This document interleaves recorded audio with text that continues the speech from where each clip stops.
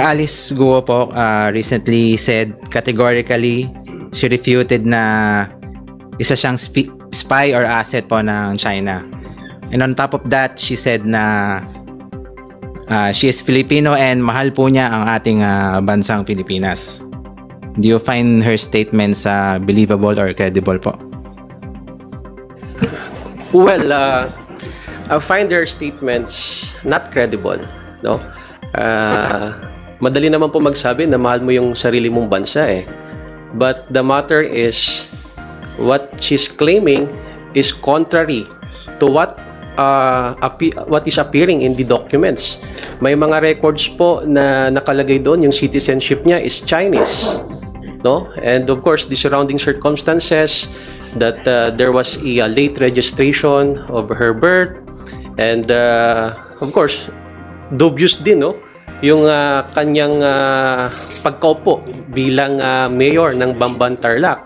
So I guess the Office of the Solicitor General is in the right track, wherein I guess they're planning and studying to file a quo warranto procedure, no, wherein to question the legitimacy of her being a mayor, no, because the quo warranto basically is by what authority does that person is occupying the seat. So, titignan ho natin yung aspeto ng kanyang citizenship and of course, yung involvement niya rin dito sa illegal na operasyon ng POGO sa kanya pong lugar. So, I guess it's not credible and I would say it's dubious, no?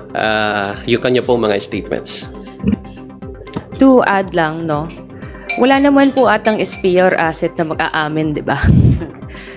So, like what Congressman Jill said, the evidence could speak for itself. And nakikita natin na marami siyang hindi alam, di ba? Maraming hindi nasasagot and hindi siya credible as a person in her statement. So, let's see kung anong mangyayari, ano pa ang mga mahahanap at makikita ng mga pieces of evidence. But like I said, diba, simple lang, wala naman pong aamin na meron silang ginawang masama or isa silang asset or SPIA at the end of the day. Just to add, sir, kasi nung nagkaroon ng Senate inquiry, maraming natanong, hindi niya nasagot. By the time na sumagot siya, puro kwento na lang yung sinabi. I think more than kwento, she should show evidence of such na, para paniwalaan siya. Yung katabi ko, isang magandang abogada. Alam niya na dapat evidence, hindi kwento. Doon sa amin sa Tondo, may kasabihan, puro kwento, walang wenta. Kailangan magpakita ka ng ebidensya para mapaniwalaan ka ng ating bansa. So, kung hindi po siya spy or asset, baka tourist. Ano? Baka po. So, I would like just to comment about that issue because kung dito nga po sa Kongreso ay meron pong procedure on granting Filipino citizenship, no? The naturalization process, ipinapasa po yan ng Kongreso. So dito, mukhang dubious at questionable because of the late registration. So, kung yung nakikita ho natin dito, baka circumvention ito ng ating pong saligang batas at ng mga administrative process. So, a foreign individual can just conveniently register her birth late and the local civil registrar will issue a birth certificate and that will be properly recorded in the PSA, and the basis of that documents he can ask and apply for issuance to be Philippine passport. So for all intents and purposes, she or he is a Filipino citizen. So nakaka-alarma po ito, no? Na baka gawin itong mga modus or scheme ng ibang mga foreign individuals na gusto po na gumawa ng mga illegal activities dito sa ating bansa. Ako, dagdagan ko lang ulit yung sinabi nating mga kasama dito. Itong si Mayor Alice Guo has been identified to be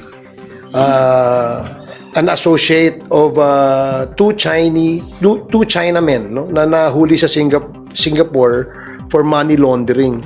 So malaking issue yun. So dapat talagang masilip dahil unang-una yung nagiging modus kasi ng mga Chinese ngayon na kumukuha ng Filipino citizenship, no, doon sa sinasabing late registration.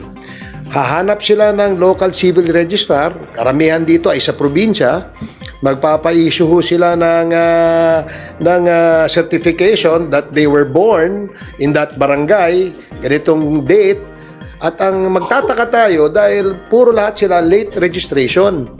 Lahat po sila pinanganak sa Comadrona. Wala hong pinanganak na ospital dyan. So, again, no, that's an alarming information that we should all look into. Marami na hong issue tungkol sa fake Filipino passports na nai-issue dito sa mga ito. Not fake, no? Authentic, original Filipino passports, pero spurious and dubious yung mga supporting documents that they submitted. Lalong-lalo na yung birth certificate. Lahat po yan, pinanganak, Comadrona, lahat po yan sa probinsya, lahat po yan ay late registration. So again, no, that's a cause for alarm. That's why dun sa investigation ni Congressman Paduano, isa yun sa usapin na sinisilip po natin. Thank you po. Thank you, Ellison. From PTB4, Melalis Moras, please proceed with your questions. Hi, good morning po mga Kongs. Balikan ko lang po ng konti. May mga konting follow-up lang po about sa bagong leadership ng Senate. Unahin ko lang po for Congressman Barbers and others may also respond. Sa tingin nyo po, ngayong iba na yung liderato ng under Senate President Chis Escudero's leadership, sa tingin nyo po matutuldukan na or tatapusin na yung hearing sa Senado about PIDEA leaks? Well, sa tingin ko, tapos na yun eh. Kasi yung mga inimbita nilang mga resource persons, they were caught lying. And because they were lying, they were cited for contempt. So, bakit natin in-entertain yung mga kasinungalingan nito mga to? So, dapat talaga, sa tingin ko, matutuldo ka na yan at mawawala na yung usapin na yan. And do you share po kasi kahapon, nabanggit din po dito nga sa press ko ng Kamara na about time na mag-public apology si Senator Bato de la Rosa kay Pangulong Marcos. Do you share the same sentiment po given na yun nga nasabi nyo po na na-contempt na kitang nagsisinungaling? Ano po kaya yung dapat maging closing nito given na ang dami nilang beses na pagdinig at yun nga paulit-ulit na nadrag yung pangalan po ng presidente? Well, bigyan natin si Senator Bato ng pagkakataon na kung ano yung kanyang susunod na aksyon, no? Whether siya ay mag-apologize or hindi, nasa sa kanya po yan, no? But the fact remains that wala hong nakuhang matibay, mabigat na ebidensya doon sa hearing na nangyari. For the reason na lahat po karamihan doon sa inimbita nagsisinungaling at no less than the committee chair has stated for the record na nagsisinungaling siya kaya nga sinight niya for contempt, no? Yung sinasabing Morales for fabricating stories, pati na rin yung isang na detain ngayon at lahat sila ngayon naka-detain sa Senate. So again, he is my counterpart in the Senate. He has his own probably way of handling the committee. We'll just wait whether the chair would write a committee report and see ano yung nakalagay doon sa committee report.